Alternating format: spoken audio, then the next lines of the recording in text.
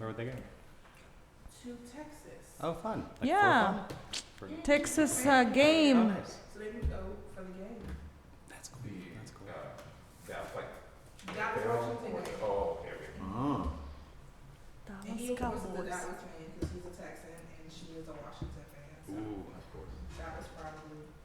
And I support Ron because I'm Dallas, Texas too. I'm just a Team. fan of the sport. Live. Something about Dallas Cowboys? Dallas Cowboys. We live. Time for a new time to turn. Voting tonight. Nope. Aye, All right. Well, good evening, everyone. Residents, council, staff. This is the Mayor and Town Council Brentwood work session scheduled for Tuesday, October 4th, and we're starting this meeting at 7:08 p.m.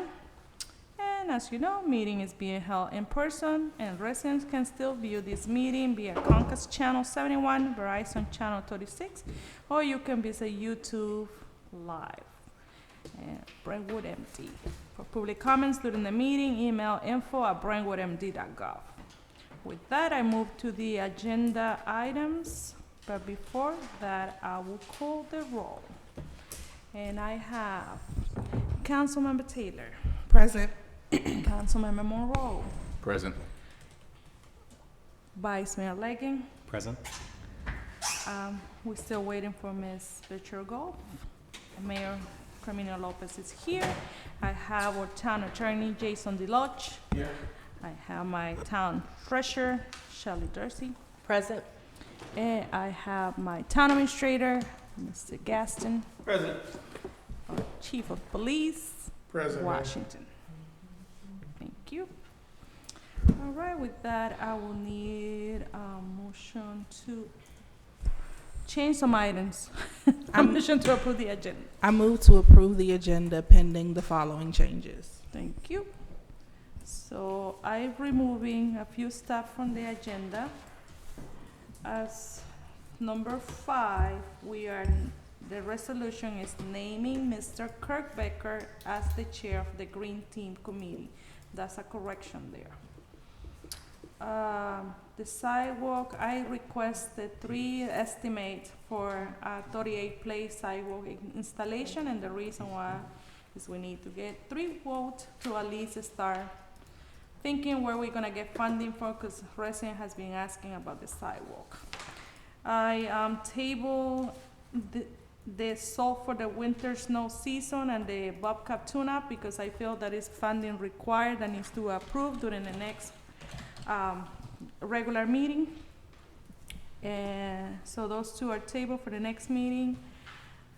I get proposed location for ballets, and also 15 and 16 should be under one for the national legal cities, and we can talk about both. Yeah, just. So yeah, so it's just one item. Is that table 2? No, not table. We're Oh, just okay. gonna combine 15 and 16. Gotcha, Yes. gotcha. 3 claim 51 discussion. I think that has to be moved to a closed session. And we can discuss the day and time, so we can select that for meeting with the attorney. And the Window Road project, I don't have anything else to report since last meeting, so I will table or maybe remove this item until further notice. That's what I have, and I know you have some additions too. So I just actually have just a question about the winter snow season, the salt. I know we're tabling it, but when will we be receiving an update about Right. coordinating? Okay, so Okay, this is the annual salt purchase that we Yeah. make in anticipation for the snow season. It's the same amount that we always purchase. It's gone up. I forget what the price was, but it's like a $400 increase. okay. And it's just what we normally do, so, And actually, it's kind of tied to it, but just knowing when cars need to move for like snow, leaf, like all that kind of discussion top. Is this the proper time to bring that up? Correct. So our leaf collection, unfortunately, is going to be, we're waiting for our new truck to come in. Which Okay, is so on I back can- order. So Yeah, once that so comes that's why in, he's not then in here yet. because our new leaf, and none of you can't hear me. Our new leaf machine needs a larger truck, Gotcha. and we don't have it. So, but it is being ordered, and as soon as the supply comes in, the council has already approved the purchase. We just need to, when the dealership says it's here, we'll purchase it, then we'll get that started. Okay, so then I'll That just work? disregard. Yeah, Did I answer your question? that is. Good. And then the salt situation is just what we do annually. I will tell you that it did go up. I don't have the invoice in front of me, but it did go up. And so we just need to go ahead and make that purchase so that Mr. Welch can be prepared for the fall. Okay. Thank you. Okay? I also wanted to table item number 4, which is unity of the 2 Brentwoods proclamation. We read it last year.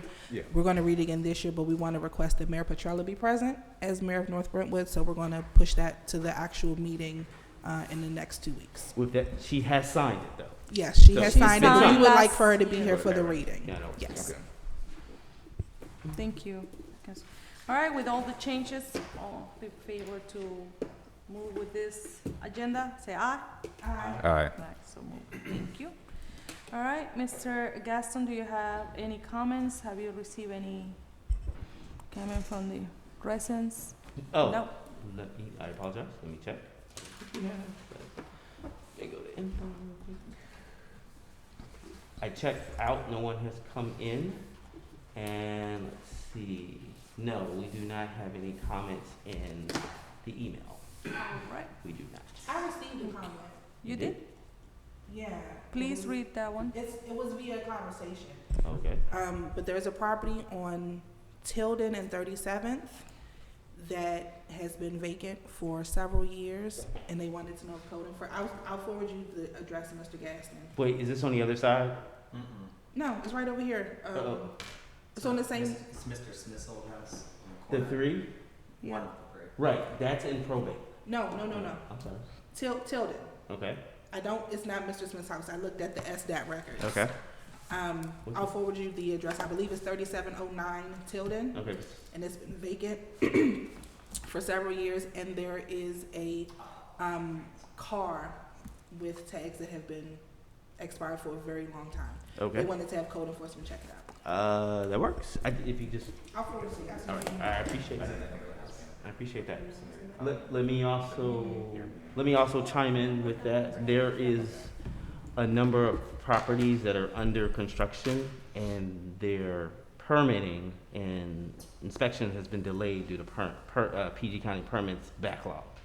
So we've had a number of residents say, hey, this house is under construction, why is it stagnating, and things of that nature. I'm letting you know that part of that is because of the backlog at Prince George's County. With that being said, we're still being diligent about letting them know that you still need to cut the grass, you still need to keep the home taken care of, if you will, while you're waiting for your permit and your inspection. Fair enough? Thank you. So, because one house in particular is on 37th. On the other side, Perry, right there on 37th, right there at the triangle. Mm-hmm. You know what I'm talking about? Yeah, that house, they need to cut their grass, but that house is under construction, so All right, thank you. Councilmember, you said one more. So we did, well, I've received an email and I forwarded it to the mayor and the town administrator and our attorney. There's a question about Airbnb neighbors was a subject line. So I'm just going to read it off this is the first, I wasn't at the last meeting, so this is the first opportunity I had a chance to just bring it up. But basically he said he received the following in his mailbox. It was an intent to apply for short-term rental license in PG County. And the address listed, actually, they put down his address, but it was his neighbor that put down that actual application. So if you have never seen it before, you have to, PG County has a law that says you have to notify your neighbors when you're applying for a short-term rental, which is great. So he's fine with the person having an Airbnb, but he found the active listing on Airbnb the same day and saw people had been renting this location before we were notified. And we've tried to engage and get the new owners on numerous occasions, but they have not been interested in engaging with us. And we've heard from our other neighbors that there have been issues with Airbnbs in the past, particularly instances where police have been called. So we just want to ensure that proper licenses and protocols are followed. Is the town planning any updates to ordinances around short-term rentals? I seem to recall it was an agenda item. It was basically, I responded to him and said it did come up before.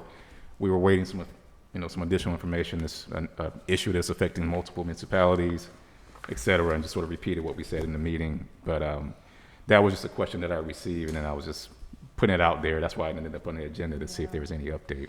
I think we want to bring that item back unless the council think it's necessary, but I feel like we need to adapt via ordinance.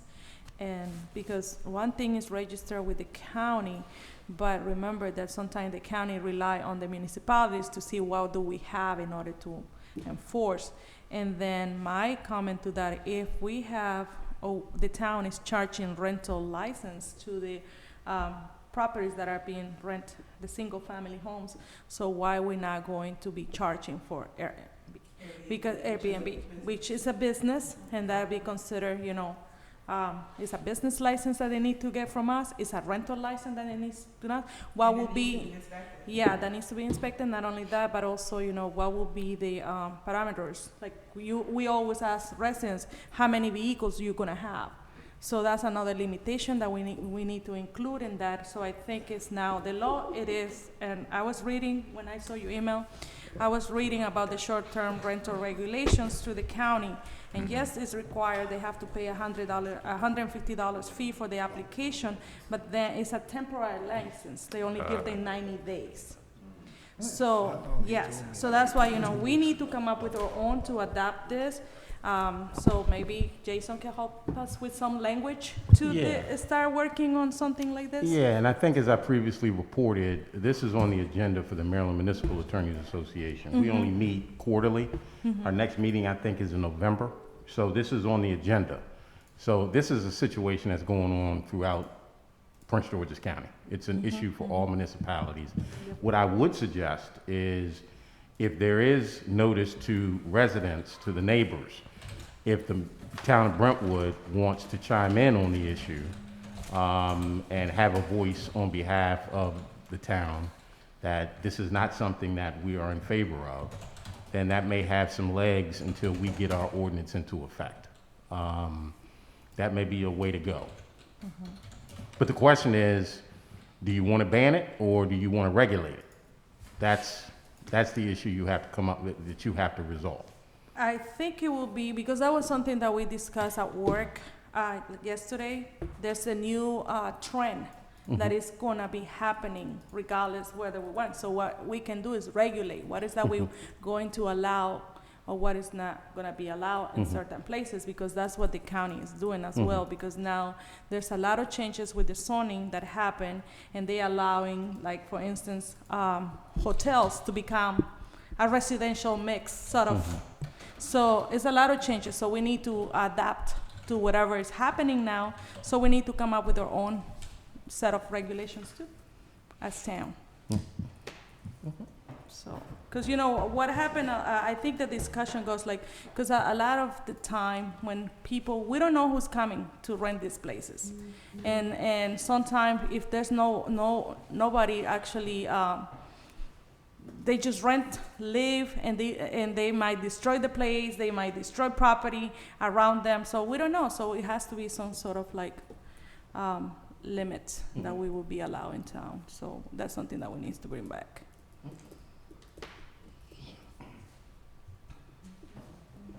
So, thank you for that. Well, comments have been great about their ARPA funding workshop that we had last week. So people have been calling me, and I always direct them, come to get the application. Because I don't do none of that.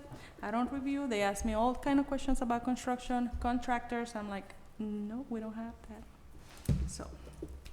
But it's been a good program. Everybody's interested in it. So that's good. All right, with that, let's move. Any other comment before I move down the list? Here, none. So I have the Fire Prevention Week. This is for October 9, 2022 through October 15, 2022. And Mr. Gaston, do you want me to read the proclamation? That's clearly up to you, or I can read it. Yeah, can you please read it slowly, please? Thank you. Sure.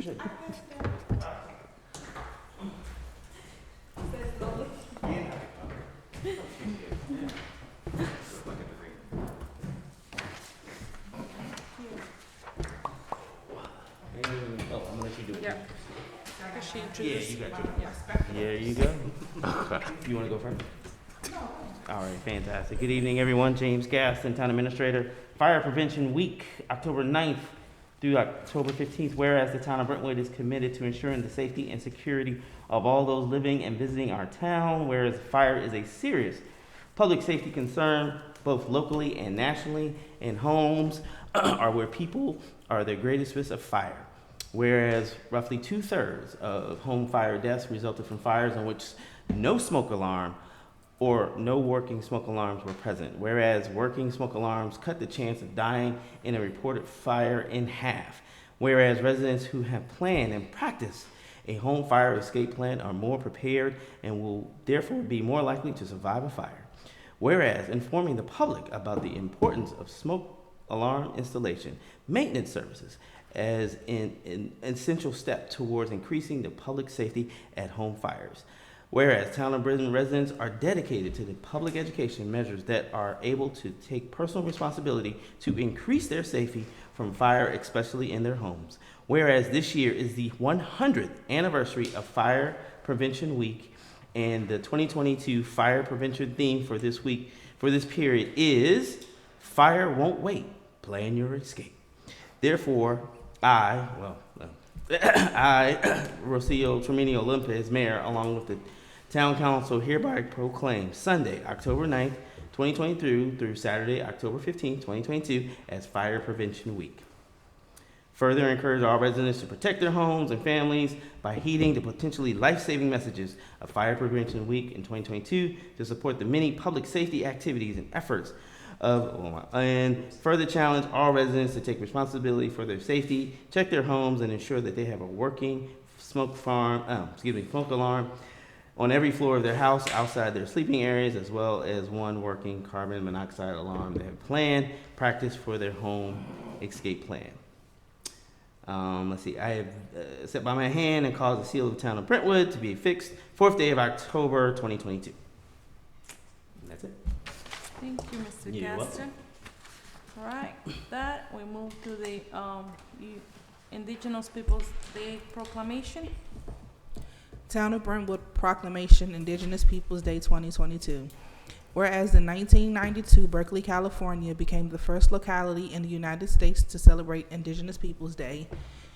And whereas indigenous people have lived and thrived in North America from time immemorial, and whereas the contributions that indigenous peoples have made throughout history in public service, entrepreneurship, scholarship, the arts, and countless other fields are integral to our nation, our culture, and our society, indigenous peoples have served and continue to serve in the United States Armed Forces with distinction and honor at one of the highest rates of any group, defending our security every day. And Native Americans have been on the front lines of the COVID-19 pandemic, working essential jobs and carrying us through our gravest moments. And whereas further, in recognition that the pandemic has harmed indigenous peoples at an alarming and disproportionate rate, Native communities have led the way in connecting people with vaccination, boasting some of the highest rates of any racial or ethnic group. And whereas indigenous peoples are resilient and have continued to thrive and prosper to the present day, whereas on Indigenous Peoples' Day, we honor America's first inhabitants and the tribal nations that continue to thrive today. We encourage everyone to celebrate and recognize the many indigenous communities and cultures that make up our great country. And whereas the Town of Brentwood is an inclusive municipality that celebrates our rich diversity and history, and we hope that all residents will join us in honoring the important contributions of Native and Indigenous people to our town, community, state, and nation. And now, therefore, it is proclaimed by the Mayor and Town Council of the Town of Brentwood, Maryland, that Monday, October 10, 2022, shall be a special day of honor and celebration for Indigenous Peoples' Day. In witness whereof, I have hereunto set my hand and caused the seal of the Town of Brentwood to be affixed on this 4th day of October 2022. Rocio Treminio Lopez, Mayor. I have a question about the proclamations. Do we have to do every year as we proclaim each day, or it has to be one that we recognize that day? of the month? This is a question for anyone. Just ask. Well, we passed the resolution. Because we adopted passed it. it, uh-huh. We adopted it as a holiday. I think so, because every year we read, there are some that we read every single year. Do we want to move away from reading? No, them no, every I'm year? asking, do we have to? If we have to do it, I'm just have a question. I'm not saying that we should. I don't think that we have to. I do think, however, it goes a long way to publicly recognize the groups that are being honored, because they're often marginalized groups, like the LGBTQIA community is a marginalized group. So I think to go on record as saying we proclaim this month or this specific time to honor you, I think is sort of standing as an ally with those communities. Okay. I think it's probably, if you feel like you need to bring awareness or attention to it because it's a passion of the town and you just want to recognize it, then you probably should do the proclamation. No, I mean, I'm not opposed. I'm just saying that we have to do it every year or recognize like one single day in Brentwood we're going to celebrate or do something alone for, and recognition, of course. It doesn't have to be a specific day. For example, Black History Month is a month, or Hispanic Heritage Month is the third Asian American Pacific Islander is a month. So I don't think it necessarily has to be a specific day if the recognition requires something else. Just ask. It's a good question. Yeah. Councilmember Betry Golf is not here, but there was a resolution naming Kurt Becker as the chair of the Green Team Committee as required by our charter. So do we have that resolution, or it needs to be tabled to the next meeting? It needs to be tabled. All right. And can we make sure we invite Mr. Becker to be part of the... All right, so it's tabled for next meeting. 38 Plate Sidewalk, me again. Right. This is when we stole the sidewalks on 39th Street, and it was 39 going towards Allison. So we had the discussion about having 38 Place. It's a very small section, a very small street, and there's no sidewalk in either way. So residents have been asking if we are still planning to put a sidewalk there. Well, I know we have been removing some trees that were not supposed to be there. So now it's like, I request to Mr. Gaston to see if we can get at least estimate of how much that project is gonna cost. Because it seems like, the CDBG grant, we always do something else, something different, but we should start, that's a small section of the town that really needs to benefit from a sidewalk. If we want to connect, especially if we go working on the Wyndham Road project and having connectors to the different areas. So I'm asking, please, I know we have funding somewhere to do this project, and it's in our best interest to try to do something like this. I know we said we have money somewhere on the, what was the Contingency? Highway user fund. Highway user funds, yes. Yeah. I need to know the cost, and I know we already Well, have he two only projects out received here. one estimate so far, so, but I know, that's just a start to see how much we need. And what was the estimate about, Mr. Gaston? If I may, Yes, please? 38th Street is a very unique street because the side that needs... Place. My apologies.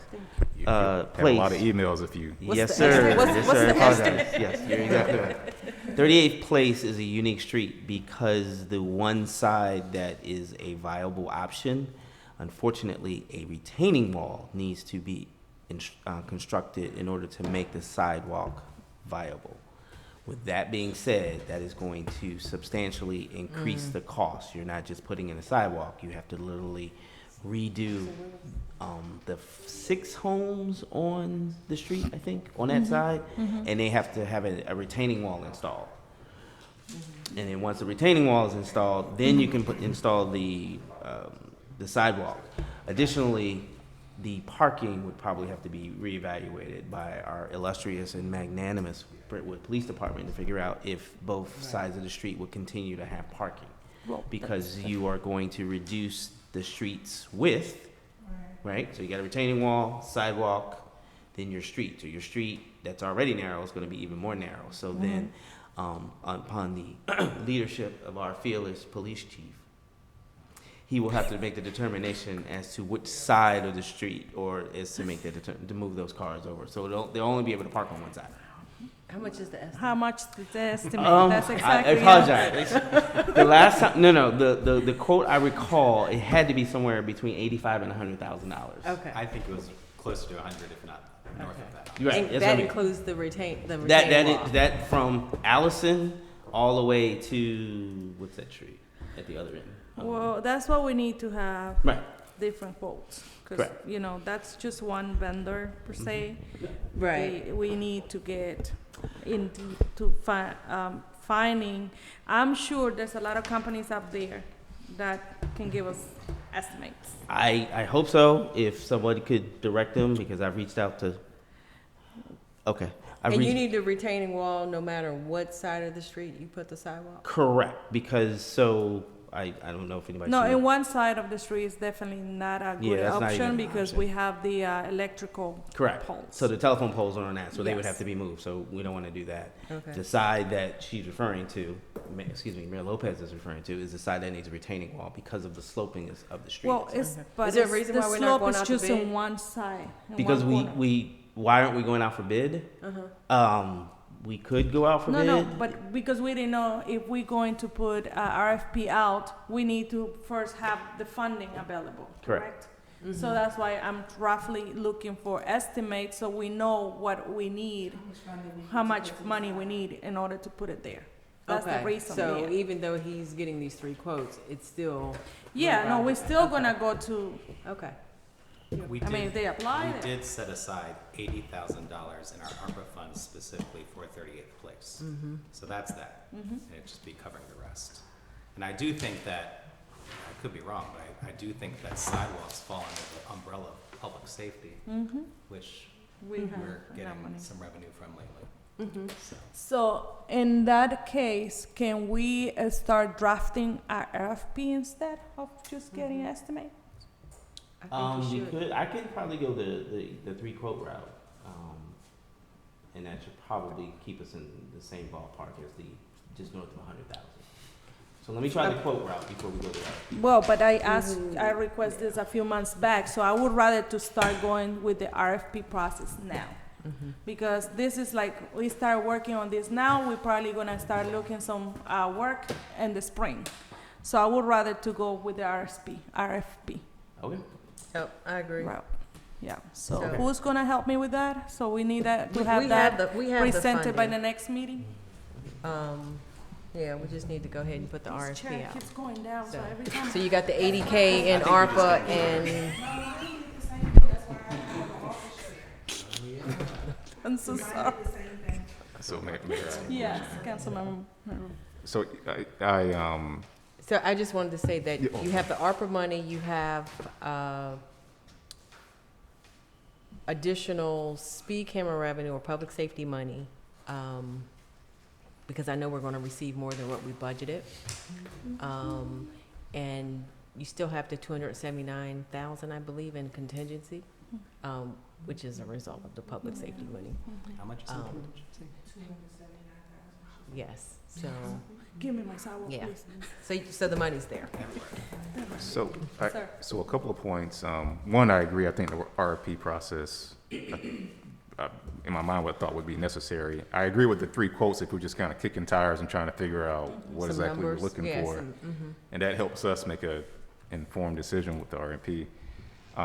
2, I agree. This is what those public safety funds are about. Like, walk around this area, so I would be in love with having some actual sidewalks for these folks. The last point would be, I guess, make sure we're prepared to answer why this street versus something else.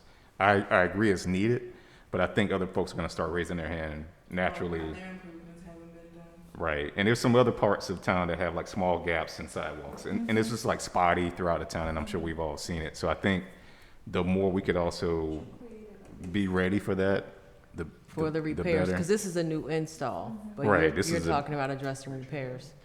Oh, no, brand new installs. There's actually even right in this area between, when you go, at the end of this street, there's like a gap in sidewalks, and you see it when you go right, when you're heading towards the mayor's house, it's like, you gotta get out into the street, off the sidewalk, walk in the street, and then get back in the sidewalk. No, that has been fixed, at least in one side of the street. But what you're talking about was they stopped on 30, on Wyndham, because we're still waiting on Pepco after 3 Oh, years to remove the pole. Right, that little section Yeah, there, that's the right. section right there. So do you have, I mean, I know Wait. it's the mayor and the town administrator, I guess, decides, you know, which one we want to do first, or come in here for a vote. But are there other streets that you feel pose more of a safety hazard that we should be considering prior to? So unless somebody gives me a better compelling case, I think 38 Place is probably the best candidate I've ever seen in town, because literally there's no sidewalks on the whole stretch of road in town. So I think it is a good candidate. I think we just have to be ready to also say, have an answer for when someone says, well, what about these other parts of town? Right. And it's just a natural question.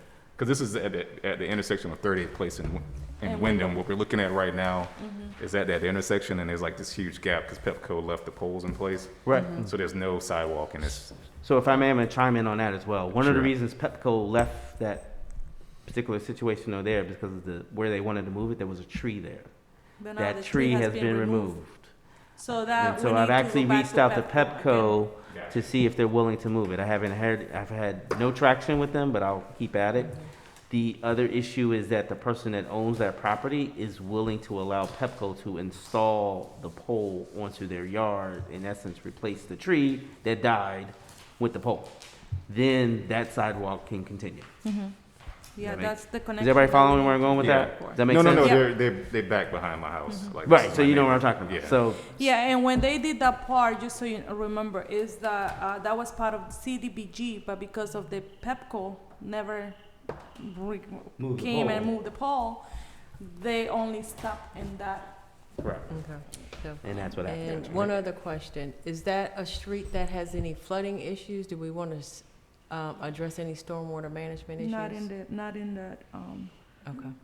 The only thing the residents that live there, they have bring out to my attention is like they have new babies in that section, and then they actually has to take the strollers in the middle of the street, and then having parking on both sides that blocks the vision either way, because that's a two-way street. Right. So And it's this needed. this is a good point, because this is one of those streets we had identified a year back or so, when we were just sort of doing like an internal street study. And because of the size of the street, it almost made no sense to continue, in my view, it didn't seem like it was reasonable to continue to have both sides of the street have parking. Because effectively, when you go down that street and it's just like you can barely squeeze through in those situations. So I think to the chief's job here, he's gonna have to kind of give us an insight on, keep it, two sides of the street parking, go to one side of the street parking, or go to the one-way. And what does that do to impact the traffic pattern? The one-way would be the best option for that. Okay, I don't know which direction, I'm gonna leave Right. it to him. but Yeah. it's- So is One-way this- would be, because remember, retaining wall, sidewalk. Oh, I know, ADA it's gonna- compliant. Yeah. So the street that is already narrow is gonna be even more narrow. Okay. right. You're saying that one way would allow it to remain parking on both sides? No, there's only parking on one side And one way. and one, Yeah. correct. Because remember, it's retaining wall, No, I got you. and then that street is already narrow. But, It's gonna I even- mean, because I've been in contact with the residents in that side of the street, it's actually 1, 2, 3, about 5 houses that are Thought it gonna be, was- no, yeah. because the other one is facing Right, Allison, right, I so count that that's not- house because they That's probably, not yeah, I got you. entrance there. Yep. So, they even are willing to give up. They change or move their fence because they feel that there's a need for a sidewalk there.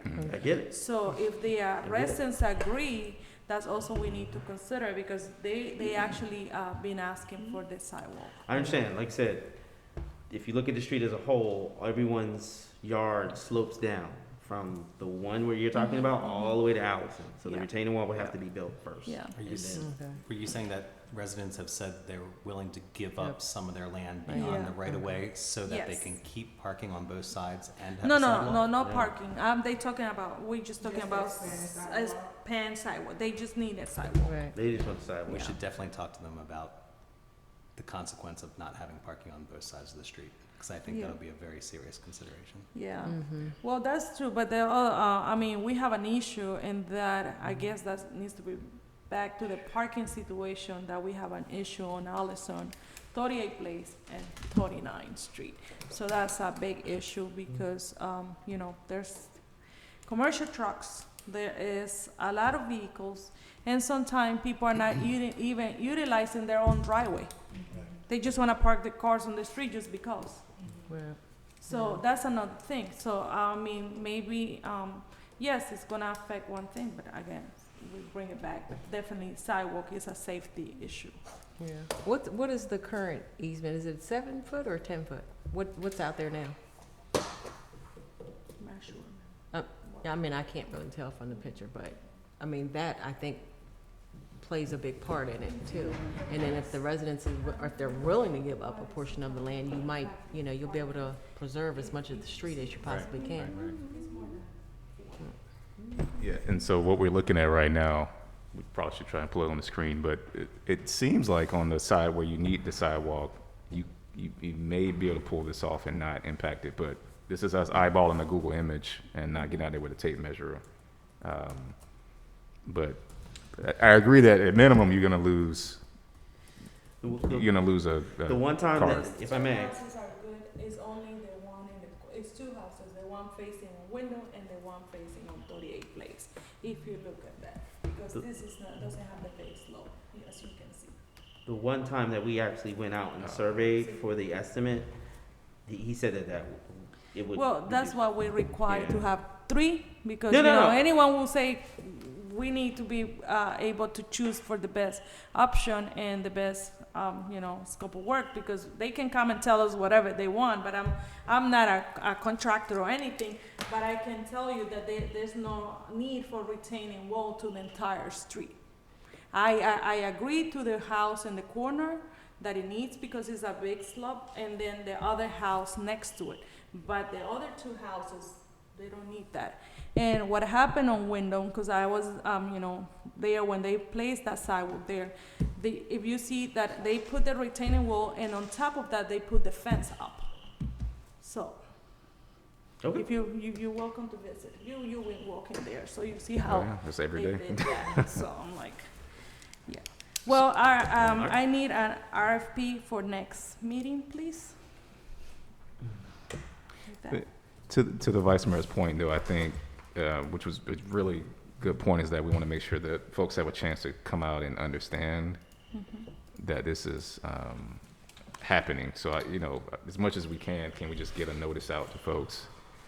And I don't know if that's just I forgot how many houses are on that street, but just getting out to them, letting them know, like, hey, the town's exploring, blah, blah, you know, et cetera, et cetera.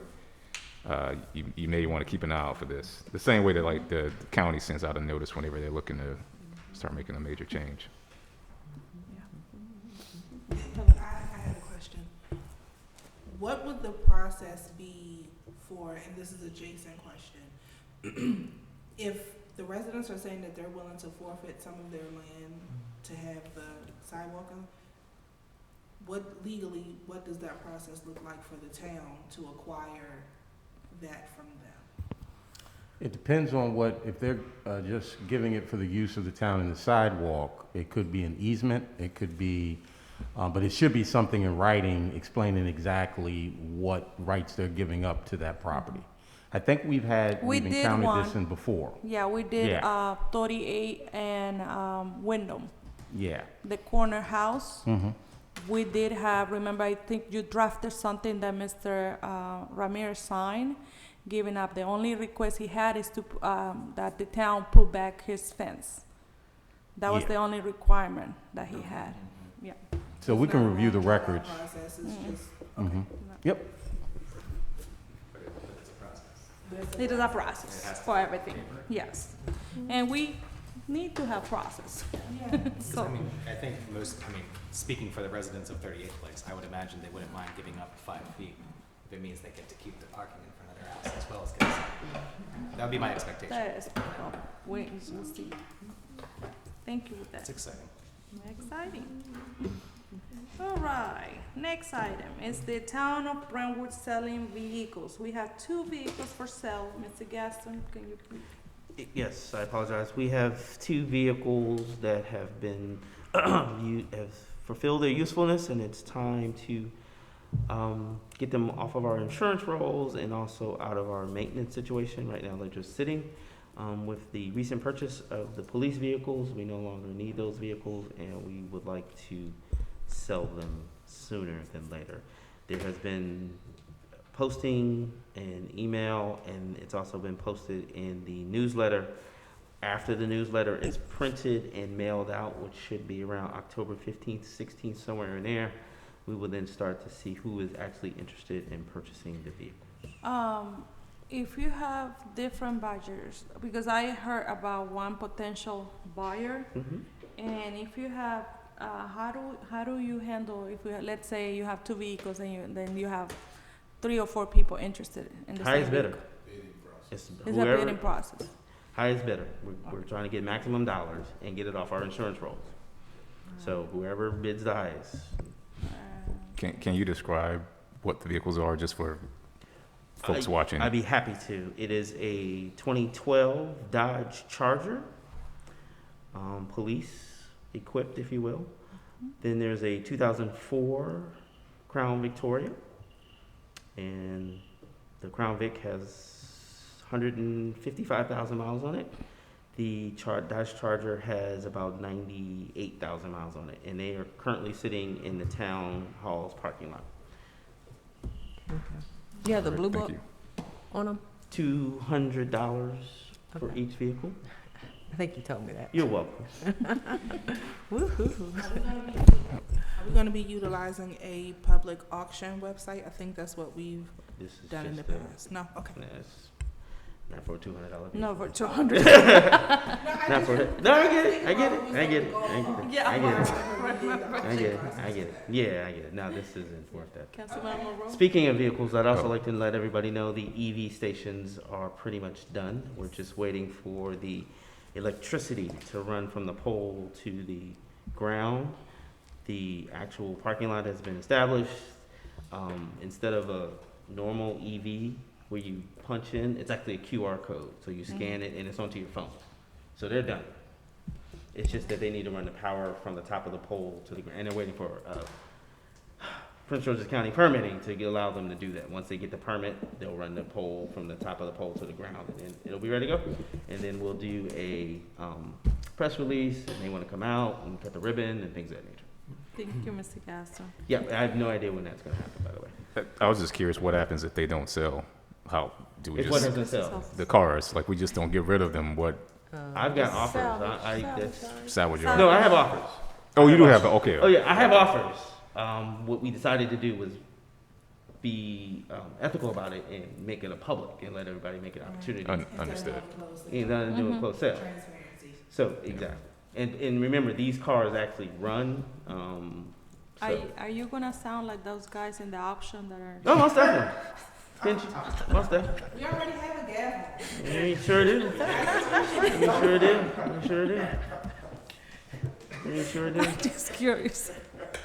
Additionally, our HR and Trail and Treasurer has okayed the sale and how the way we're doing it. As a matter of fact, she made the highly recommendation that we make sure that everyone gets an opportunity to purchase them. Yep. So I've been given the thumbs up, if you will, from our illustrious, there you go. Yep. And then they will come off of the insurance roll, which is what I'm really interested in. Because Yes. we've been, In inventory. that's it. Yes. That's it. So I'm excited. Like I said, we're gonna, probably by the end of the month, they'll be gone. Perfect. Thank you, Mr. You're Gaston. welcome. All right, next item. Prestige Fall You want me to do this or you want to? Planting. I'll do it. Okay. Vice Mayor. So, when Prestige came out and did all their tree work in the spring, part of that work was cutting down trees, right, that were diseased or had already died, and there was 14 in total, 10 big ones, 4 small ones. They also did some trimming. And, right, and did a bunch of trimming, right. So now's the time, it's the fall, that we'll plant trees to replace the ones that were removed. And so we met with them today, and they're gonna basically put trees in the same place the old ones were cut down, but the goal today was to find good trees that'll last a long time, that are native, that are good for the bees and birds. I say that with a smile on my face, but it's for real. So what we chose for Pocket Park and Bartlett Park were essentially slow growth, old growth trees, mostly like red maples and willow oaks and pin oaks. Things that grow, they take a while to grow, but last 100 years. Yeah, they're sturdy trees. There'll be some diversity as well, so that if we have another like fungus episode, kind of like we're experiencing through the town now, it won't wipe out all the trees in each park. So there'll be some diversity in trees that will get planted. And then for any large trees that are going to be planted in like sidewalk boxes, ones that are in front of people's homes, we chose red maples because they grow faster than oaks. They're beautiful, and they're less likely to fall apart after 50 years. They're strong trees. Like when you see a postcard of like a fall tree in the middle of a field, it's a red maple. So that's what we're going to be planting in front of people's homes. And those are the 10. And then the 4 that are small trees, trees that are going to be planted underneath power lines and wires and things like that, we chose flowering dogwoods, which really was the only native-ish tree that we had. And we decided to nix like some of these like Japanese varieties or the crepe myrtles that really have no benefit to nature. They look pretty, but they really don't do anything for our environment. So we tried to sort of find the most sort of like eco-friendly ones that will also provide some cover. So sort of a balance of what's going to serve our residents and what's going to serve the environment. And they're scheduled to come out to do those plantings at the end of the month, Wednesday, October 26th. Oh, cool. That's been updated. I apologize. So Great. you're correct. The trees for the park are October 26th. The trees that are going in front of people's homes, I just received an email early this evening. It's actually October 16th. October 16th. So what will happen is we will have to, for 1 day or hour, or how long it takes to install the tree, there'll be no parking in front of these homes. And we'll notify the resident and let them know that you can't park while they can install the tree. And will we put up no parking signs as well? Probably, Just that the is temporary easy. ones? Yeah, just for reference. That'd be great. Yep, and like I said, the date that he sent me was an updated one, which is the one for the homes is October 16th. Okay, great. But I'll talk to him more about that. I have, Uh, go ahead, Mary. Go ahead. I'm sorry. Still have not received a response about the trees that are in front of my house. I know they have numbers, and one of them has an X with red paint. So I don't know what that means. I've been asking Mr. Gaston and still have not received any. Those trees, as determined by Prestige tree experts, are healthy and well. And if they were anywhere else in the town, I would say keep them up. Well, no, but I was asking because I saw one of them, they have the X. I was like, what does the X mean? Yeah. I think the X, when we did it, was the fact that we were gonna trim the limbs off. And, Yeah, and that was there was done. an X and there was a dot. And I Right. can't remember Oh, which okay. was which. And that was done, so the Yeah. limbs were Mhm. cut, but the tree itself, because remember, the limbs were falling onto the street. Mm-hmm, mm-hmm. That's been done, those have been cut, so there are no more limbs falling on the street. But the tree itself, unfortunately, it's a yellow or a green, and that's why it wasn't removed. Okay, I was just curious about the red X. Yeah, It's like, I have a question. The tree in the park that we use for the Christmas tree is slowly withering away. It's a blue spruce. They get diseased and die Yeah. from the bottom up. Do we have, is there anything we can do about that tree, having another one planted or? Sure. I mean, we'd need to cut that one down and plant something that's not a blue spruce, right? There's a lot of like nice pine trees that we could plant in its place. I would leave that sort of up to the tree committee / green team to determine Okay, But I think you're right, we're on borrowed time with that spruce. I'm shocked it's still like as well, in as good health as it is now. Because usually it takes it in a few years, you know. Yeah, I think that's a great idea. And maybe we could even get, plant it now. Let it grow for a few years, let the blue spruce die. And then by the time it's dead, the other one has We'll already have had a another few one years. ready Yeah, so to I use. think that's a great idea. Okay, I'll send an email to Councilwoman. It does look a little sad. It's a little sad, especially now when, in the wintertime you don't really notice it because it's dark, there's no lights to it. You don't really think about Sure. it. But every But time I then- drive by, I feel so sad. It's like a such Charlie sad Brown looking tree. Yeah, so sad.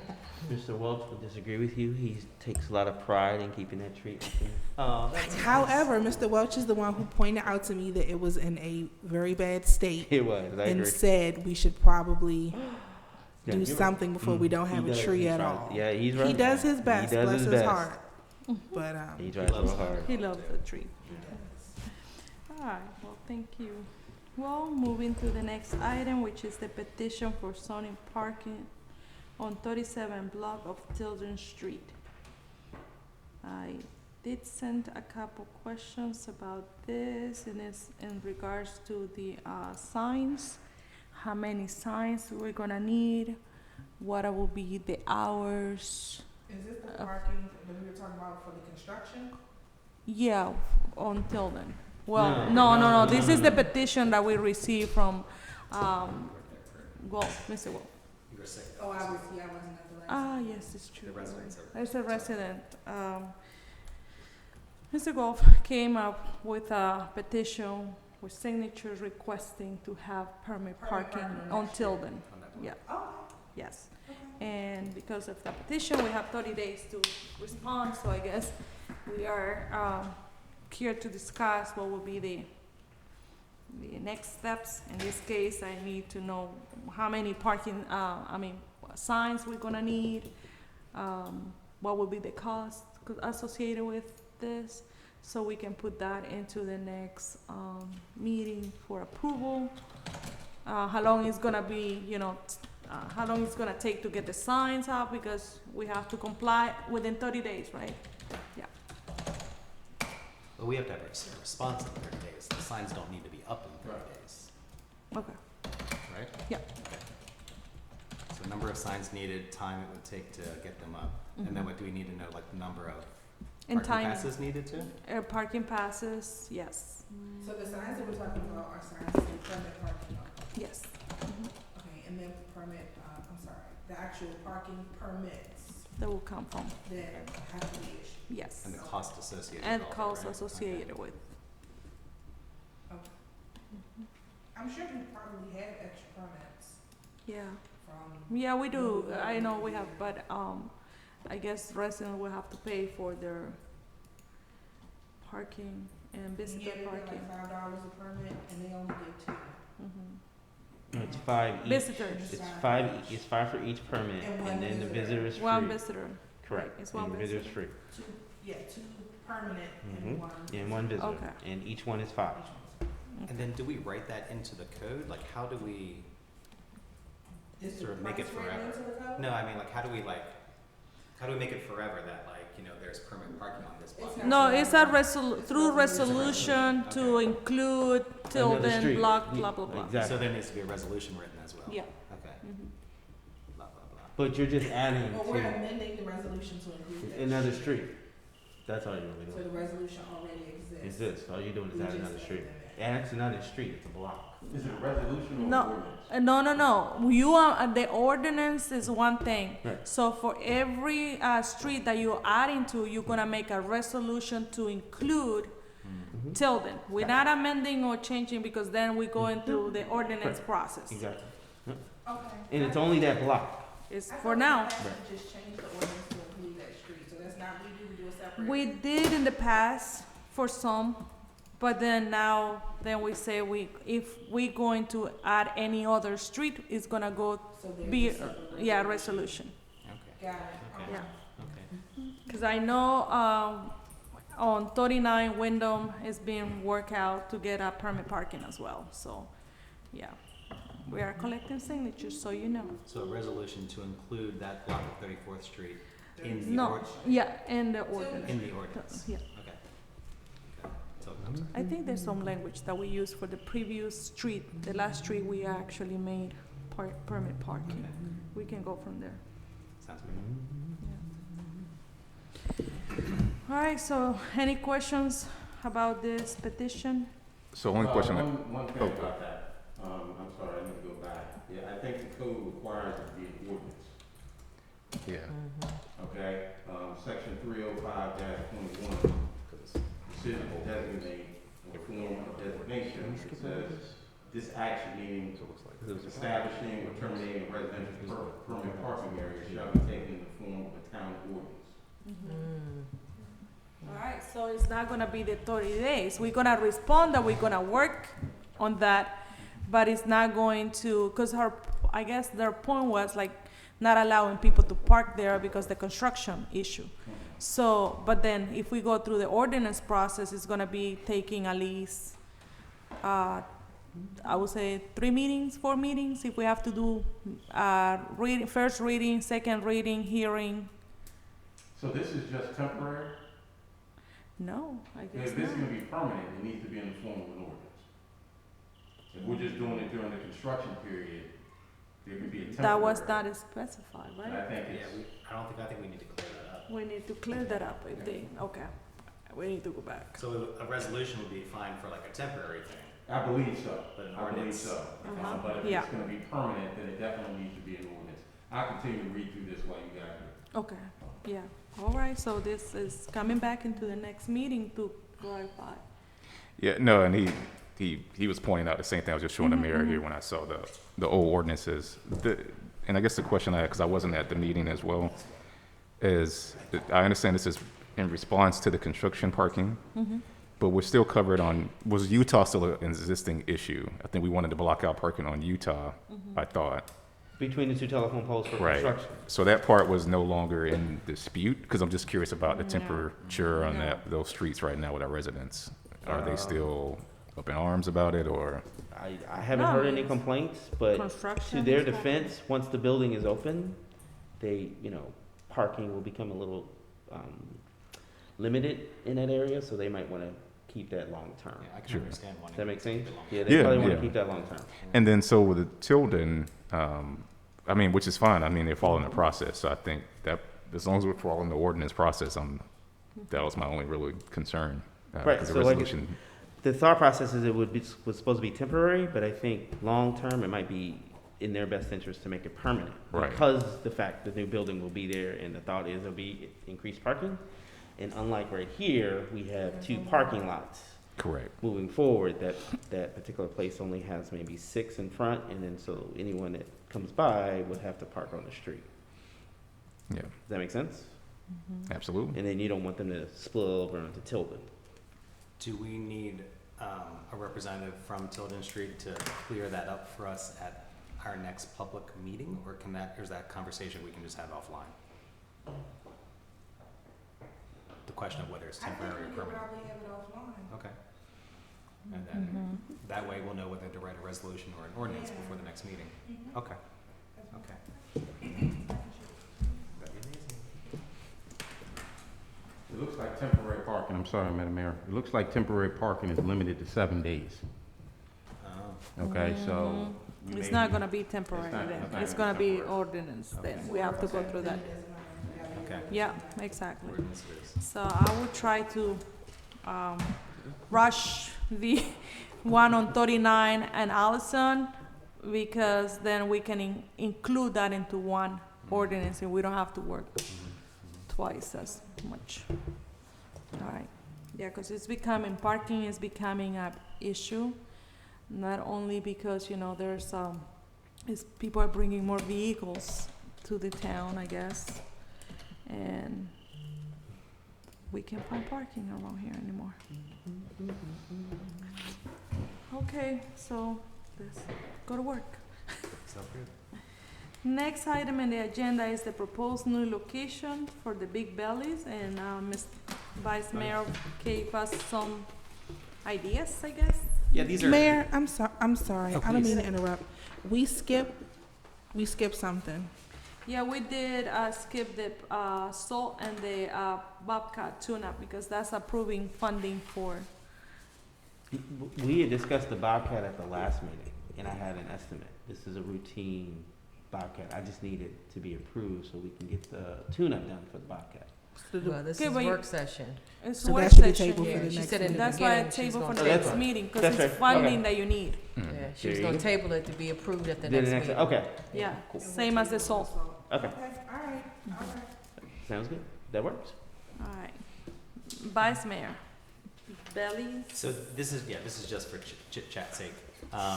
Because, you know, obviously we talked at the last meeting about the need to update the existing big bellies. Yeah. And then we said, well, do we need any new ones?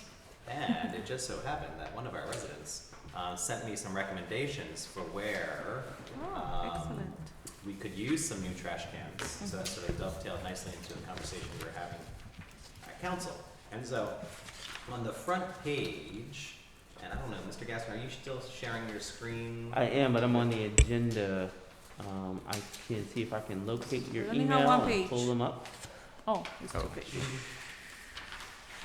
Saving. I'd find it. Okay. Well, as you can, so when we're looking at this front page, right, it seems like oftentimes the need for trash cans are where there's people, right? So along 38th Street, all the red dots are bus stops. And kudos to our public works team, because any bus stop that is highlighted green or blue, depending on how you look at colors, there's already a trash can. The yellow is where I'm recommending that we install a big belly. You'll see that 38th Street and Wyndham stop on the south side, super busy, always people leaving Brentwood, going towards Hyattsville. That one There's no definitely trash could use- can, yeah, yep. could use it. So I have the map up if Matt can share it. Yeah, that's the one, that's the one. One? And then if you scroll down, you'll see the sort of south end of 38th Street as it intersects with Rhode Island Avenue. There's two spots that I would recommend. One, near the Valero gas station, there's actually already a Public Works trash can there, but there's so much volume there. That's like actually a covered bus stop. There's so much volume there. That's a busy intersection. Oh my gosh, yes, that could really benefit from a big belly. And then actually across the street, there's the bus stop. Yeah. And that as well could benefit from it. And I've walked both these streets twice at different times in the week and have found copious amounts of trash here at the Valero Bunker Hill intersection. So I really think that both sides need that. So that would be my sort of recommendation for additional big bellies Which along. one is the other one? I'm sorry. I marked this one and what else? Right here, like where it's like highlighted. Uh-huh. And And the then one these right two. here. Yep, yep. And then on the back of your page is recommendations for big bellies along the levee trail. And again, like these were actually the top 3 recommendations from one of our residents regarding where to put trash can and recycling cans along the levee trail. And so the first spot, Mr. Gaston, if you don't mind, that is a separate attachment. Probably says Big Belly Levee Trail or something like that. It was in the same email. It was in the same email? One is near the maintenance yard. Correct. So number 2, which is where Allison Street meets the levee, is by the maintenance yard. And that's a really busy intersection for 3 reasons. One, it's the levee. You So don't you have get, you get lots of foot traffic. Yep, that's the one. Thank That's you. okay. 2, you get students from Thomas Stone. And 3, you get people walking to and from Metro going by the Public Works yard. So you have 3 sort of groups of people intersecting right there at number 2, at Allison and 37th. So that'd be a great place for it. And then number 1 is on Wyndham Road. Again, lots of students from Thomas Stone, lots of foot traffic from the neighboring apartments that are right there as well. And then number 3 is basically by the 38th Street Bridge. And again, you get lots of foot traffic from people going to the playground in the park at the same time that they're walking down the levee. So So you're talking about 6 spots. So it'd be 6 spots altogether, right? So 3 on the bus routes, Amazing. 3 on the levee. And I should mention that spot 2 and 3 on the levee is where we have doggy stations. You know, so somebody years ago determined that like this is sort of a high traffic area for people with dogs, but people also, you know, have other trash besides dog do. Sure. So And that way it helps a lot with not throwing the trash near the water. yeah, yes, exactly. And granted, I'm sure there are other places that we could get big bellies, and I'm not saying that this is like the be-all, end-all list. This was something that was brought to my attention by a resident, and it just dovetailed nicely with the conversations we were having, so it's something to consider. And like I said earlier about ARPA spending, we did set aside almost $150,000 for roadways and streetscapes to include things like planters, landscape buffers, and things like that. And so there is some sort of flexibility to use some of that funding for things like this. And I think in the last discussion, we said something about the leasing Correct. instead of buying. That's So correct. leasing will be better off for the next, a contract of what, 8 years. 8 years? 8 years. I do have a question. Did we agree to upgrade the ones that we already have? Did I miss that? I just want to make sure. Yeah. We did. We did, agree to okay, that so I one, can just yes. go ahead and move forward with Yeah, that? this is the Gotcha. trend, yeah. Make sure. Yes, the lease is 8 years. If I remember correctly, the one that we chose was $250 per month per trash can. Or for the dual, I have to get the exact numbers, but yes, it's about. We'd have to talk a little bit more about the numbers when they have them in front of us, but I remember doing like back of the envelope math on that one and realizing that in 4 years of leasing it, we would have paid for it outright. So I'm not convinced that leasing it is the Yeah, the financially finance. responsible thing to do. So Okay. like when we have the numbers in front of us at another time, we can talk about it. But it might be more prudent to just purchase it outright. But we'll see. Yeah. So can we actually get those numbers so we can compare? And maybe I'm saying that I'm not rushing things up, but maybe we can bring this up for the next meeting and decide which one to move forward with. That'd be great, yeah. Even if it's just like a couple, you know what I mean? Yeah. So, do you think there would be any issues with putting trash cans on 38th Street since it's not ours technically?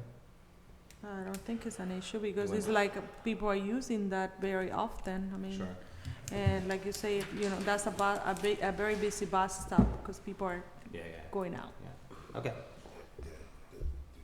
So, Shelley, I guess I will have you to go over and give us the different quotes, and I guess you can give us the option, what would be the price, like Vice Mayor said, if it's better off buying them versus leasing them.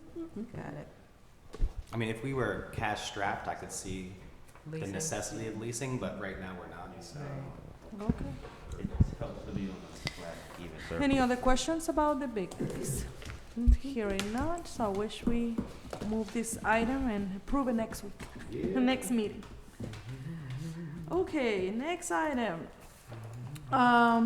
Outdoor classroom equipment wish list, Thomas Stone and Mount Rainier Elementary, and we'll have Vice Mayor. I know you have something from Mount Rainier Elementary. Yeah. And just so you know, I visited today Thomas Stone Elementary School So and we did were- a tour. We were waiting on Thomas Stone Elementary to give us their wish list, And they have and they none? did. Oh, they And did? their wish list is actually far more extensive than Mount Rainier's, which is lovely.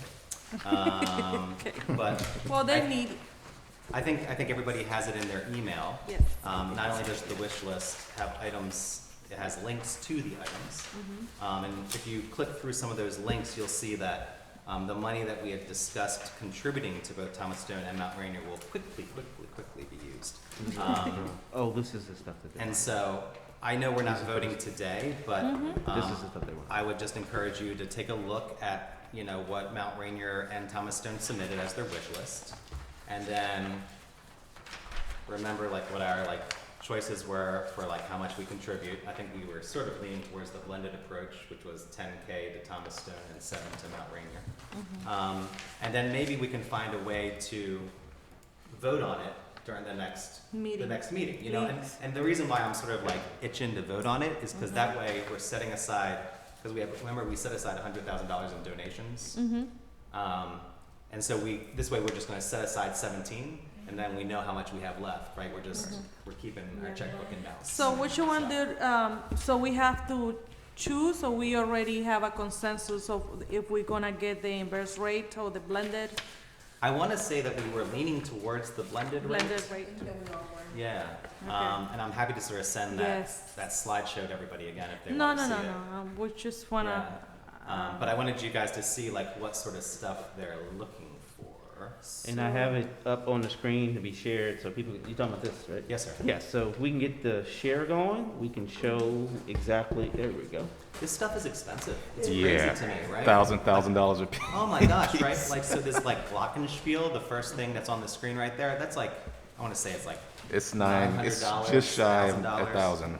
and then you go like to the second page and it's got this thing called Towson, which is like a little slide and like climbing area. That's almost 10K by itself. So like I say, this, like the money that we're offering is gonna be used very quickly, to say the least, so.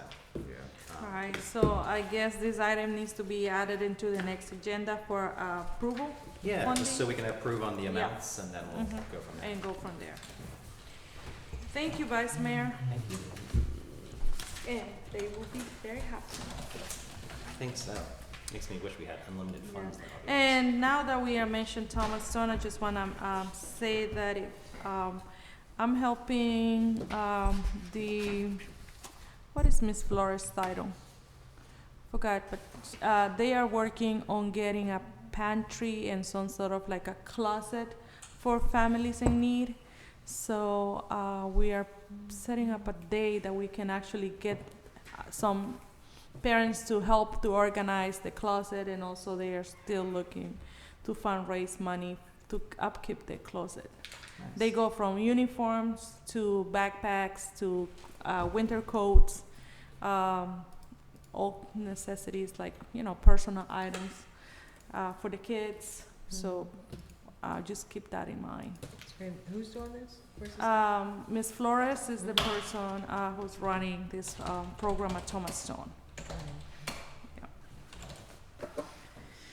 All right, so we have, this is good, next item, update operational, the Little Gallery, and Councilmember Monroe, do you have any updates on this? I know you said something. Yeah, and so Mr. Gaston, can you pull up an image of those images that were shared with us? And I'll just give it's in the email that said, I think Operation Arts from this afternoon. Oh, from this afternoon? Yeah. No kidding. Maybe one second. Oh, I'm sorry, it said Art Magnet event. Are you referring So like image 3, for example, you can just pull that one up, like 3 to PNG. image 3? 1, 2, 3? And that's just an example of what the box is gonna look like. That one, I perfect. am sharing it now. If you give me 1 second. Yeah, yeah, that's the one we. Are you referring to this? Oh, wait. Oop. You referring to this? I love it. I'm gonna give it a second to catch up on the screen. I'm waiting for Matt to share the screen. I think I hear him in the back. Oh, is he emotional? No, that's. Oh, okay. I don't know if Matt can hear me. Go to the. I was just talking about him, sorry. Oh. You're distracting my cameraman. I was told that our YouTube feed was glitching, but he's aware of it. He's trying to fix it out. So. Click and then click the other image. Is there when you look at the image numbers, there's one that's like number 3 is a title of that. So this is for. Hold on. Share. Oops, that was it. Oh, where did it go? There we go. Do-do-do-do-do.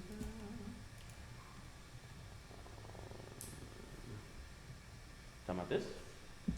That's cool. There's one with like a side view, a back view of a box. Okay, hold on.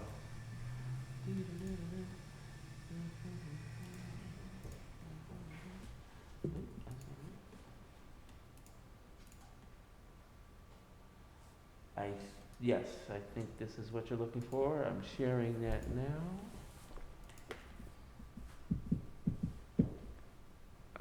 And so as he's pulling it up, Is this it? that is. All right. And so just again to recap, the mayor and I originally attended an opening event for a little arts gallery in front of the Gateway Arts Center. And then the mayor had wanted us to kind of continue a relationship, and the opportunity presented itself to try and do the same thing at Town Hall, which led us to have a good discussion on making sure some of the funds went to more to an artist versus just having the group do all the work. And so that's where we landed. What you're looking at on the screen is the final selection. So they had a number of entries, and the Gateway Community Development Team worked with the Operation Arts team, and then they met with me, and then we went over and looked at some of the submittals, and this was the one that had the unanimous consensus. Kind of felt like Brentwood is the way I described it. Felt very like funky and creative, and It's great. I'm hoping that we can find other ways to use it, because I think the design is just pretty good. I don't know what it is about it, but her name is Saba Hamidi. She has roots in the area. She currently lives in Baltimore. I think that's where she went to school. I may be messing up her timeline. Forgive me if she's watching this. And so the idea is that we wanted to have the rollout event also at a town event, so that way you can maximize how many folks could see it. And so that's the question at hand tonight, really, is just they're just seeking a date from us, and events committee, I'm looking at you, that's why, or the town administrator. So is there an event that we can piggyback off of that would have folks out? So I know like Halloween's coming up, there's an EV rollout event, there may be something in October. Is October 28th. Veterans Day is November 11th. But that's up at the Veterans Park. Yeah. We're not doing it down Mm. Senior luncheon for Thanksgiving here. November 17th? is No, 17th, right? also in November. We'll be doing some sort of food giveaway, I'm sure. Okay. Tree lighting, Christmas with Santa. So I think what they propose, I also should say, they propose like October 22nd, which I said, let's hold off until we get a date from the town. And it sounds like We have nothing on the books for October 22, but we can. and maybe the Halloween date, remind me, what's happening on that? 28th. I'm sorry, the 28th. Yeah, it's gonna be here in the park. What's the event gonna be like? Trunk or treat, so giving out candy and we're showing a movie in the park. That could be something. So there will be children, so there will also be parents. Yeah. But that won't be happening until later in the day, once the sun starts to go down. So if you wanted to have optimum viewing hours, you may want to have something a little bit earlier in the day. Okay. So. But I'm open to if you want to put something together for the 22nd. And I think they're willing to lead on that part. They created the marketing, like all the images you see, they've crafted everything. They basically said, just let us know, you know, when you would want to do it. So we have the easy part. We just tell them when to show up. Would doing the art installation event prior to the Halloween event work? Because what time did you say the Halloween event would start? What time in the day? 6:30. It could work to happen before. So that's a Friday, right? I'm sorry. Let me Yeah. make sure. It's a Friday. I don't see any reason why it couldn't work. I guess it's a Friday afternoon. Folks just get off. You know, parents are home at that point with their kids at 4 or 5 So in the which day afternoon. are you talking about? This would be Friday the 28th. Friday the Okay. 28th. In theory, if we did an event right before that, it sort of like dovetails right into the Halloween event. Could we do that? And I think they're only asking for just, you know, announcing the event, and I don't think they had anything like major planned where it needs hours to be out there. They will be installing that day, or it's gonna be a presentation? What is that gonna be? So they would already have had it installed. So the work is already beginning. So it's Okay. happening, and then what they would do is that they would have already had that set up in the site. And forgive me, Mr. Gasson, if I'm blanking on where exactly we agreed on It is. in the park. It is in Bartlett Park, close to in between the two playgrounds. Got you. Okay. In between the two playgrounds on the far end. Well, we usually have a lot of families at the park. So We like 4 to could use- 6. Yeah, So 4 to 6 do that event, and then we can just, follow and there. that works perfect. Because I know that's usually when I got my kids were at the playground, so. Yeah. The art event, how long would you expect it to take? I mean, is it 2 hours worth of festivities? They suggested 2 hours. I mean, last Okay. time we did it, it was about an hour because it was like closer to the end of the day when we were out Yeah. in front of the Gateway Art Center. It was a small reception afterwards Very at the art center, kind of in the back part. Sure. When you go back there up the hill, and so that would be the same thing for this. Like we would have like a reception in here, roll out the event, Yeah, yeah. photos, and a And chance we for the might get team. more, well, the only different will be like the kids will be in costume, so, but we have families It's a good coming marketing. in I and. think it's like a force multiplier, like everybody, Yeah. yeah, I think it's Yeah, great to that's- do them I together. think I'll prefer to do it together. And the idea is to have people interact with this tiny And art maybe gallery. they can have, like, what they did is like the little table with information, because right. I remember they were doing the little art. So that I But think we it were works. late, we didn't have the opportunity to do it.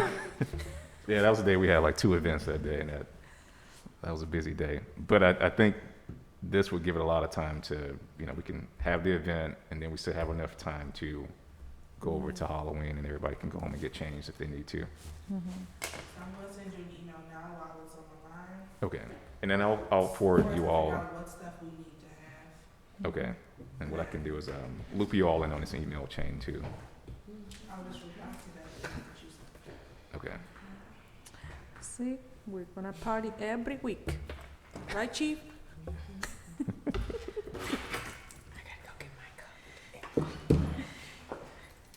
All right, and that's it. That's So all I we're needed. good? Okay, Yeah. perfect. So that's gonna, let me put the time, the date here. It's gonna be 10/28.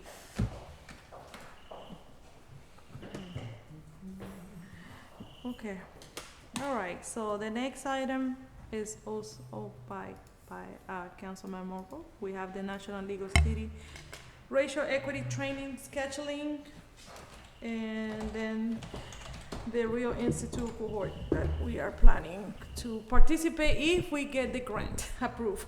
All right. So it's 2 things put together. One is the training that we were already trying to work on to get scheduled. And that actually is a question. Mr. Gasson, I don't know, did they respond to you with an update on? And that, So right now we have, I'm just going to use the term fall 2022 is what we were told. And so hopefully we can get that date for everybody so that way folks can start planning their time accordingly. So unfortunately, I don't have a big update for that particular part. Then we also worked to put in an application for the Real Institute, and Real stands for racial equity. And the idea was that every now and again, I think they do it every once or every 2 years. They have a cohort that meets, which a cohort is just 2 to 3 people from each town. They would put you all together so that way you all kind of go through this process together. And that's part of the National League of Cities conferences. So you would attend the fall conference, the spring conference, and I think the summer conference as well as a part of that cohort. And then in between, you're all working together to share resources or be given a project, et cetera. So for example, like College Park participated in it, College Park participated, Tacoma Park participated as far as like nearby neighbors, to give an example in this.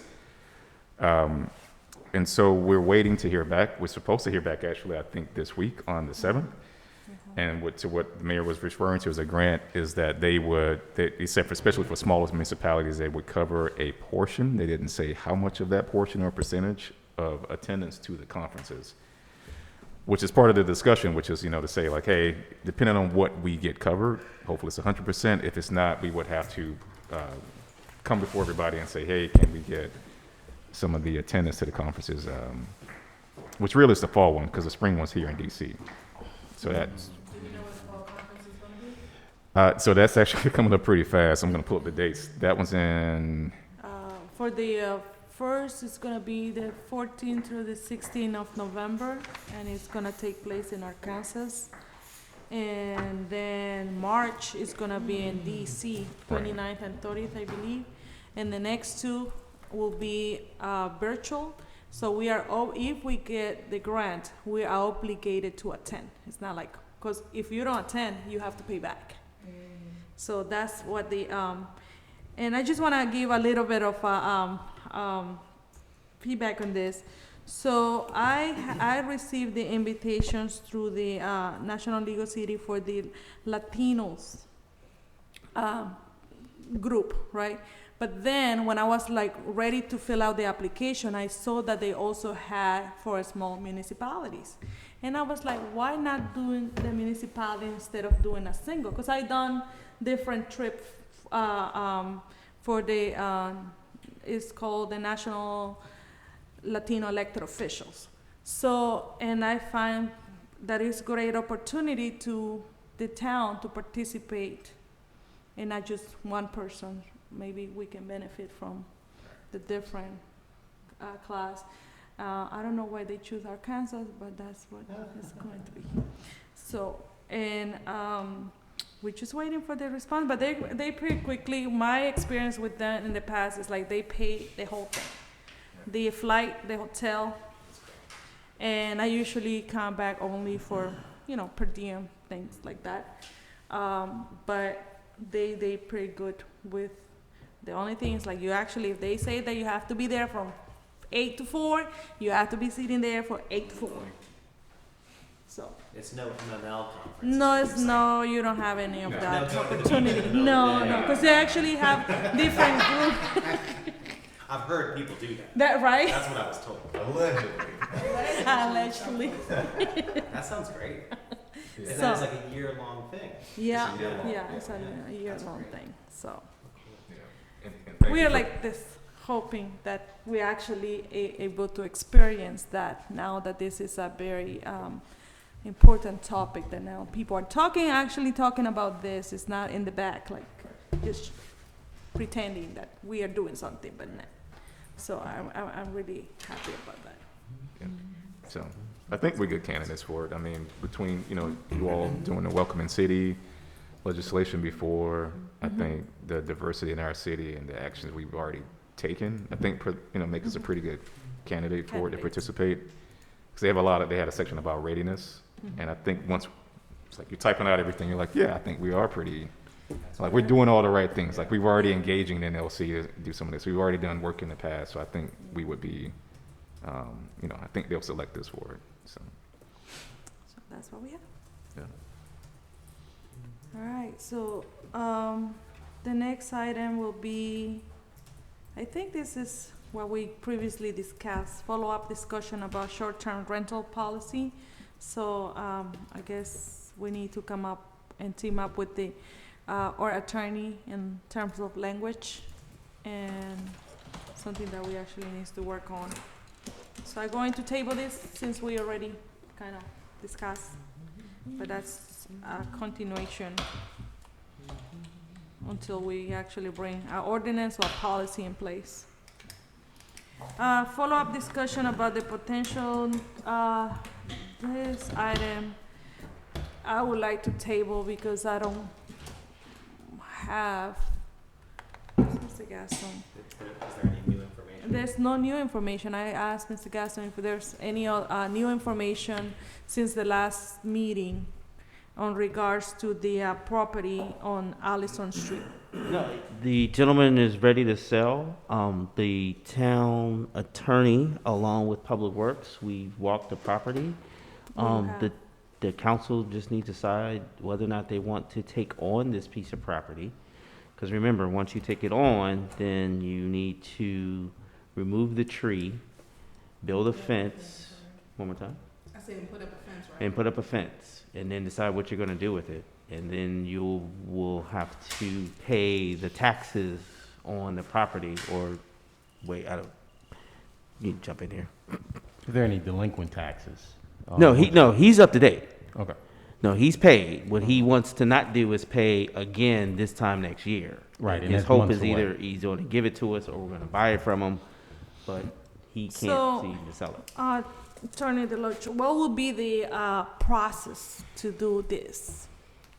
Well, he would have to deed the property to us. It would be a regular conveyance like any other land acquisition. Would have to be a deed that's drafted, him conveying the property to the town, and it filed with land records. That's how it would, the process would be. So deed the property, meaning we have to pay a title company That's funding, right? Then doing the survey, boundary survey, that will be another payment. So that's what we need to find out, how much will cost to do deed of property, how much will cost the boundary survey, how much it will cost to get the tree down, and how much we will have to come up with the fence. How much money? So And you, then- I need 4 items. And then the next thing is, what exactly are you gonna do with the property? Well, we will have to, this is the first thing. We cannot just like one thing at a time. Mm-hmm. So we need to get these numbers first, and then we can think about what are we gonna do with this. Well, I guess what I was saying is just because he's offering it to it doesn't necessarily mean we have to take it. That was the point I was making. We don't have to. Okay, but then, I mean, we need to have options, so before we need to see how we gonna, if we decide, okay, let's take this, how much are we, the town is obligated to pay? Right. And then we can go from there, because Understood. just bringing this item to the agenda doesn't really help me if I don't have any numbers in here. No, I completely understand. I guess the question has to be, if you do go through this process, what exactly are you gonna do with the land? Well, yeah, but then, okay, first is like, I think we need to have both discussions, Both right? Because discussions, you have yeah. to balance what are what the is costs and what are the cost- benefits. best, yeah. If we want to discuss today what the benefits are, we can. Otherwise, we'll wait till we have more of a understanding of the costs.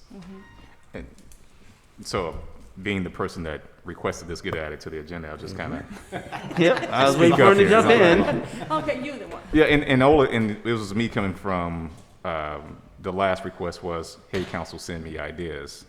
And this was a chance to review those ones that I personally submitted. So, for me, it was a few ideas, which would, an easy one is community garden, right? And that's, you have to take the pros and cons of that, which is you got this now next to someone's house. Would they be up for that?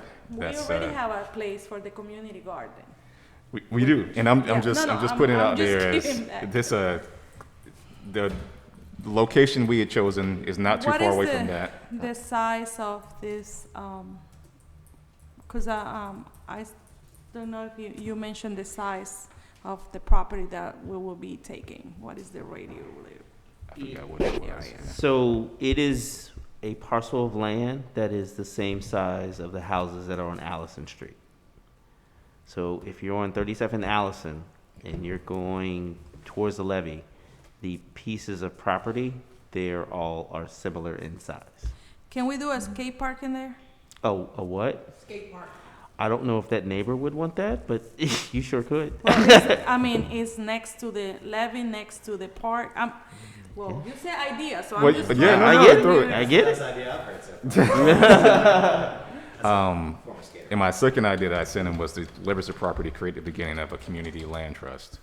That gives us a little bit more opportunity on that to create more ideas, because obviously we would have to think through what we need to do, what we could build there. Could that be an affordable housing down the road? We're partnering with nonprofits. We could do a lot of things with that. So those were the two broad strokes ideas that. Correct. So let me tell you about the housing situation. One of the reasons that he wants to get rid of it is because the levee went under it, and so he can't build on it. Right, you can't build on there. You can't build on the property, and he bought it Skate in park. There's He- underground pipes Yep. that were part of like that redoing Mm-hmm. to carry the water. So that's why he's trying to get rid of on it. top because it'll smush. He purchased the property before the levee went through Yeah. in a tax auction sale, in the hopes of building a house and turning it over. Once the levee project went through, it went right under his property. So therefore, that that's- property, you can only dig but so deep. Does that make sense? Yeah. So unfortunately, housing is not an option for him. Because remember they widened it and then it goes right under and then it connects to the levee. See? Perpetual drainage easement is what it says. Yep. Yeah. So I and I don't, the community, I don't even know if anything would grow there because of where it is, right? Oh, I wouldn't grow in the ground. That would Well, be, you said like, community up garden. off Well, the like I ground. said, I don't know if I, Raised beds. Just Yeah, you just do raised beds there. no, I got you. Oh, okay, fair enough. Yeah. I'll leave it alone. Just FYI, that's one of the reasons why he wants to get rid of it, because he Hey. can't do anything with it. it's on the agenda just for us to talk about ideas. If we're falling into a place where it sounds like we need to keep going to do some homework, I'm willing to help with that personally. So if you need any assistance with that, A native plant I'm up with it. section, something, garden that people can visit and I don't know, just name those plants that I don't even know if they're pretty, but I don't know what they are. Understood. So like I So- said, what we'll do is I'll Yeah. get with the town attorney about costs to do X, Y, and Z. The tree removal, I already have an idea how much that's gonna cost because of prestige and many trees that we removed. The fence. Oh, well, you need to ask Prestige and maybe give the estimate. No, Yeah, I think the tree I mean, in my opinion, I don't think the tree needs to be removed, but this No. tree's dead. it's not dead. It's- Unless we're talking about a different tree. No, it's that big tree. He said it was dead. It's not. Well, Oh, that's what he he's said. not the You expert. you take a look at it right now, it's got tons of leaves on it. Okay. Yeah. It's just an old tree, so Mhm. it's got some dead limbs, but it's in good shape. You Uh, saw how much of a tree expert I was today. Right. I'm just letting you know what I was told. But be that as it may. Arborist in his spare time. I'm gonna leave that alone. Mr. Gaston said to me, he goes, "Who are you?" He was spitting out all this Yeah, stuff he was about spitting out trees some. today. He was spitting out some knowledge I know today. my trees. He was spitting out some I was knowledge. like, I do And have a then, ponytail. You do know. I keep telling you, he's the tree butcher of the town. and then the survey, and then the costs that do the transfer. Yeah. So I'll get with the town attorney I on need those to know. costs. Well, as far as the deed preparation, I have an attorney that, I don't do those, but I know an attorney who does it for less than $1,000. Yeah, but see, Nice. that's money that we need to, Mm-hmm. yeah. Thank you. Yep. So we need to survey the deed. According to him, The we don't two- need to remove the No, tree. remove the tree, but. The fence and the would be. fence.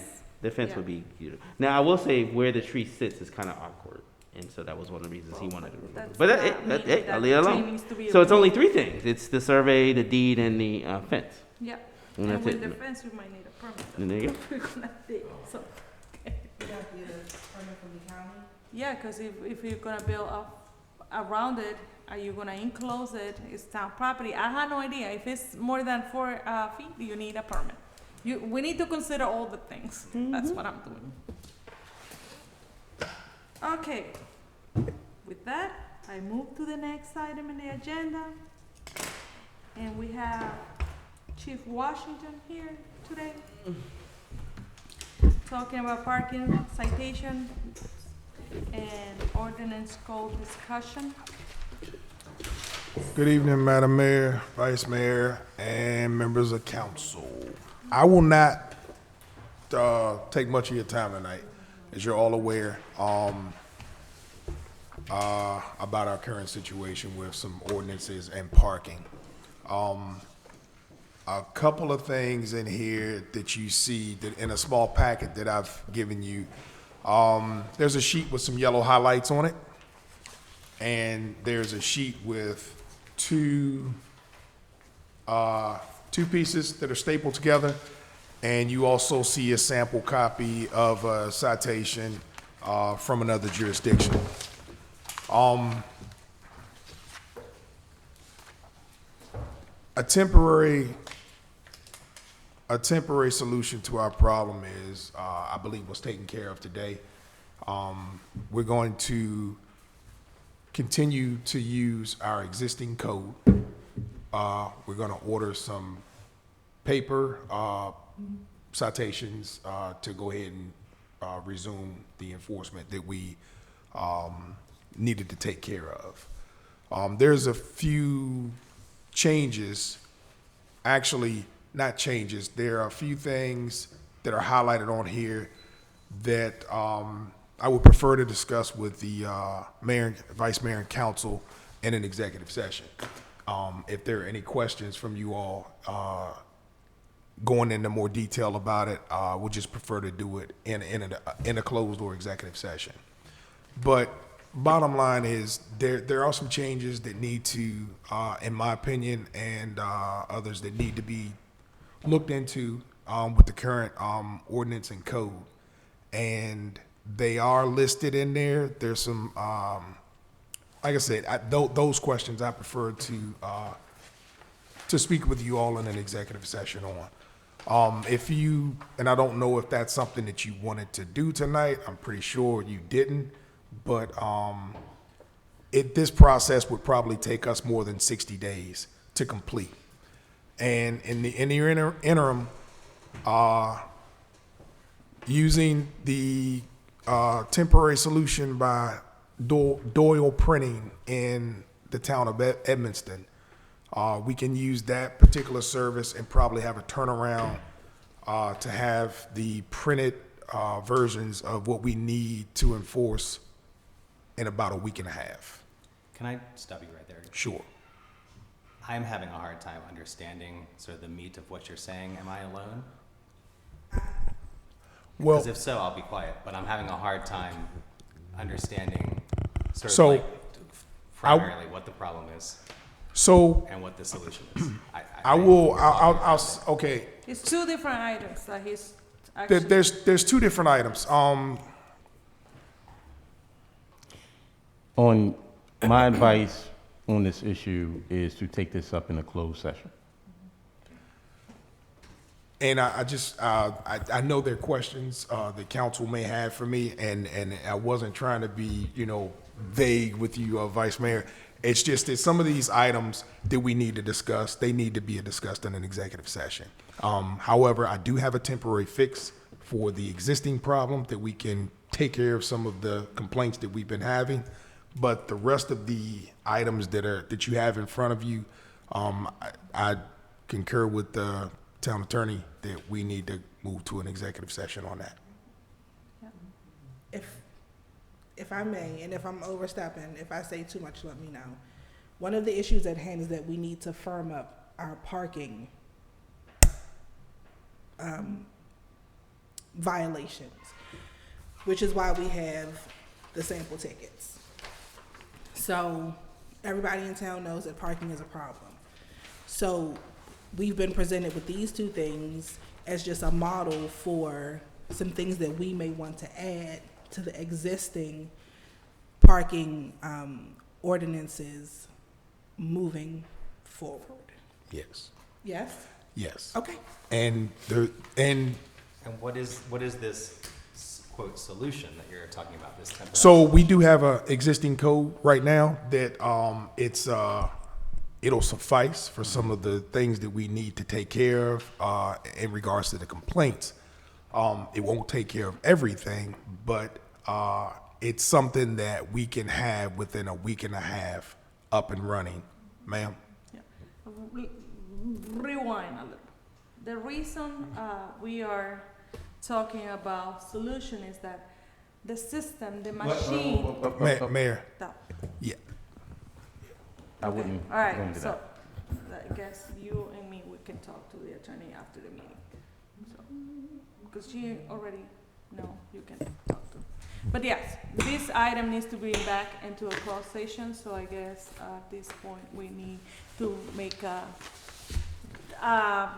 time or select a time and date for having the attorney meet with us into a closed session, not only to discuss this, but there are other legal matters that we need to talk, at least 3 more items to be discussed. So need to select a time and date that we can meet with the attorney. And make sure I'm clarifying, are we pulling out calendars right now, or you want to do an email chain with the recommended date and time later? If Well, we can Not do now email an chain, but I'm open- just an saying open like a meeting, notification. Am I going to get notified later, or you want me to just, we're going to handle this date and time right now? Mostly because I'm asking, because I'm out of town Thursday and Friday, so if we're No, trying to go into a closed meeting later. I know this that week- you, Councilman Monroe, I know that you said you all have something else, a couple other legal matters that you need to discuss with the town attorney. Whatever date you set for those, I'll be fine with that and can make myself available for that. Because the other portion of it, I can move forward without, because it's an existing code. So I can move forward with that with the temporary fix. But whatever you decide is fine.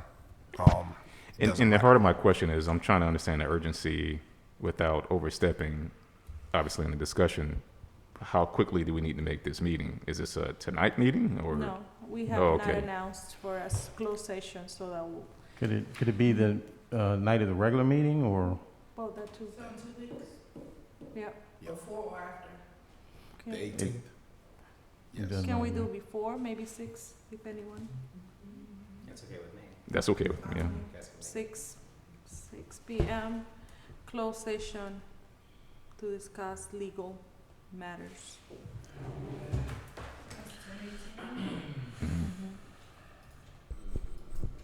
You said 6 p.m.? Ma'am? I'm sorry, I have a 6 o'clock. You I have a 6. apologize. I have a 6 o'clock. What? On the 25th, is that what we're talking about? The We're 18th. talking about the, I have a virtual meeting that starts at 5 that'll run to about 6:30. Is everyone available later that, So do we I'll want bring to the do it coffee. after? even, I I'll just, finally bring we do- snacks like I've been promising. I'm available afterwards, of course. I'm sorry. All right, so afterwards then. Yeah, Okay, we'll do it after. after. I'll be quick. Okay. Okay. I'm sorry. All right, so I guess for the sake of this meeting, we are done. Just needing a meeting to adjourn. Yeah. So did we want to do the upcoming events? You can, yes, before we adjourn, you can announce those. Upcoming events. This Friday, October 7th, 2022, movie in the park, we will be showing Coco. The following day, this Saturday, October 8th, is International Day in Bartlett Park from noon to 5. Town Hall will be closed on Monday, October 10th for Indigenous Peoples Day. However, Bates will still be collecting trash on that day. They will not. They will be collecting yard waste. My sincere apologies. Yard waste collection will still happen October 10th. I hate to interrupt. Bates is being really particular about yard waste. The can must be labeled, and it must only be yard waste. If it's not, it will be considered contaminated, and they won't pick it up. Yes. So please check out our website to find out what is considered yard waste and how to dispose of it. And make sure your can is clearly labeled yard waste. Clearly labeled, because they will not pick it up. Tuesday, October 18th at 7 p.m., we will be having a council meeting, which will be immediately followed by a closed session to discuss legal matters. And Friday, October 28th, we will be hosting the Little Library unveiling at Bartlett Park. Yes? Yes. Bartlett Park from 4 to 6, to be immediately followed by the movie in the park and trunk or treat right out back. Perfect, thank you. All right, thank you. All right, I need a motion to adjourn this work session of mayor and council. Mr. Monroe? I'd like to adjourn this meeting. Motion to adjourn. It is 8:55 p.m. All in favor, say aye. Aye. Aye. Good night. Good night, Brentwood. Oh, yeah.